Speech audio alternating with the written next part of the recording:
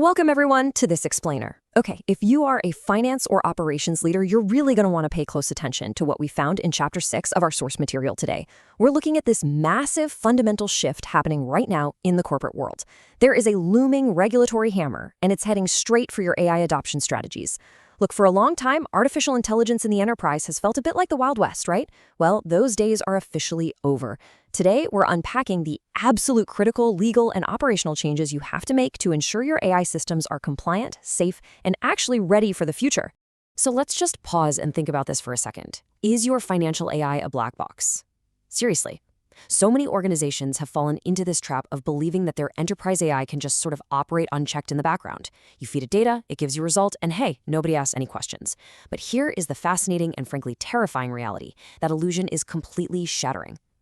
If you don't know exactly how your algorithms are making decisions, you're exposing your company to severe legal liabilities and reputational damage that you might literally be blind to right now. All right, let's dive right into Section 1, High-Stakes AI Environments. We really need to establish exactly why regulators are so laser-focused on finance and operations. They aren't just looking everywhere equally. These are the two absolute highest-risk environments for AI deployment in any large organization. In finance, we're talking about AI systems used for things like credit scoring, fraud detection, insurance underwriting, and automated trading. If these models have errors or biases, they don't just cause a minor hiccup. They cause severe, irreversible harm to individuals and can honestly even trigger systemic market risks. Now, on the operations side, AI is driving supply chain optimization and procurement. A failure there doesn't just stay isolated, it cascades rapidly, like dominoes, leading to massive enterprise-wide failures. So, in both of these domains, AI failures are simply catastrophic. Moving on to Section 2, Lending and Insurance Regulations. Regulators have absolutely taken notice of these massive stakes. And that brings us to the new legal realities specifically targeting lending and insurance, which are being driven by major frameworks like the EU AI Act and Colorado's Automated Decision-Making Technology, or ADMT Act. As the research points out, for decades, the financial services industry has historically relied on proprietary model opacity as a competitive moat. That black box was their secret sauce, but that era is officially over. These new laws are aggressively tearing down that moat, essentially declaring that you can no longer use trade secrets as an excuse for automated systems that make life-altering financial decisions. So what exactly triggers these new laws? Well, if your organization uses credit scoring models, insurance underwriting algorithms, or really any system that substantially influences a consumer's access to financial products, you are now squarely in the regulatory crosshairs. CFOs and chief risk officers, take note here. This means these systems now require mandatory, documented inventories, incredibly rigorous impact assessments, and clear pathways for actual human review. Even your automated adverse action notices, those have to be updated to clearly reflect when AI was involved in the decision. Which brings us to Section 3, the Explainable AI Mandate. So what does it take to actually survive this legal shift? The answer lies in a concept that is rapidly becoming the new gold standard for enterprise technology: Explainable AI, or XAI.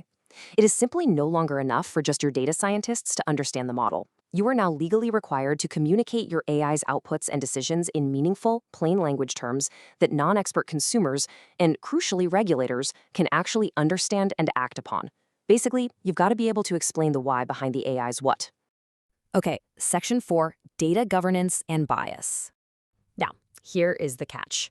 Meaningful explainability is completely impossible without incredibly rigorous controls on the underlying data itself. The quality of your AI outputs is entirely dependent on the quality of the data your systems are trained on.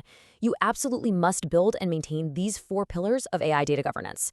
First, you need flawless data provenance and lineage documentation, so you know exactly where your data came from. Second, you must actively detect bias in your training sets to prevent discriminatory patterns. Third, you have to practice data minimization. And fourth, you must conduct regular data quality audits. This is exactly how you ensure your high-risk AI is trained on data that is representative, error-free, and legally defensible. When you really look at the nuts and bolts of your technical infrastructure, high-risk AI demands strict data lineage. Your data inputs, the databases they flow through, the individual files, and the final reporting outputs must be perfectly traceable. If a regulator knocks on your door tomorrow, you need to be able to trace a single automated decision all the way back to its raw data roots, no exceptions. All right, let's look at Section 5, Strict Record Retention Rules. Honestly, this might just be the heaviest administrative burden introduced by these new laws. It's not just about governing the data in the moment. You have to prove you did it potentially years down the line. The record retention rules are incredibly strict now. Finance and ops teams must retain exhaustive records detailing exactly which systems were used for consequential decisions. You have to keep the exact data inputs and model outputs, the algorithmic impact assessments you conducted, and detailed logs of any human review processes applied. Leaders, your AI system documentation must now be heavily woven into your broader corporate records management and litigation holds. And finally, Section 6, Counting Fines and Systems. Let's hit some hard numbers for enforcement, starting with 3 years. Under Colorado's ADMT Act, that is the strict minimum retention period required for all automated decision records, inputs, outputs, and impact assessments. For 3 solid years after an AI system makes a consequential decision, you must be able to pull the exact receipts of how that decision was made.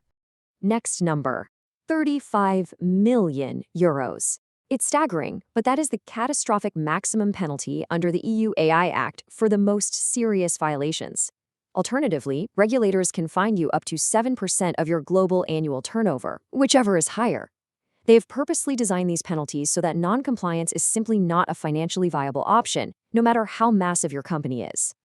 Which brings us to our final number, 100%. Absolutely 100% of your AI systems used in financial decisions must be inventoried, assessed, and documented before these enforcement deadlines hit. There's no grace period for legacy systems, and there are absolutely no exceptions for tools you bought from a third-party vendor. If it is running in your operational environment, you own the risk, period. So I want to leave you with this final kind of provocative thought. If your automated systems deny a loan, flag a transaction for fraud, or adjust a supplier's contract today, can your team explain exactly why, in meaningful terms, with the data lineage to actually prove it? If the answer is no, your first priority tomorrow is crystal clear. AI is an unbelievable tool for finance and operations, but only if you have the governance in place to actually control it. Thanks so much for joining me for this explainer. Now go secure those systems.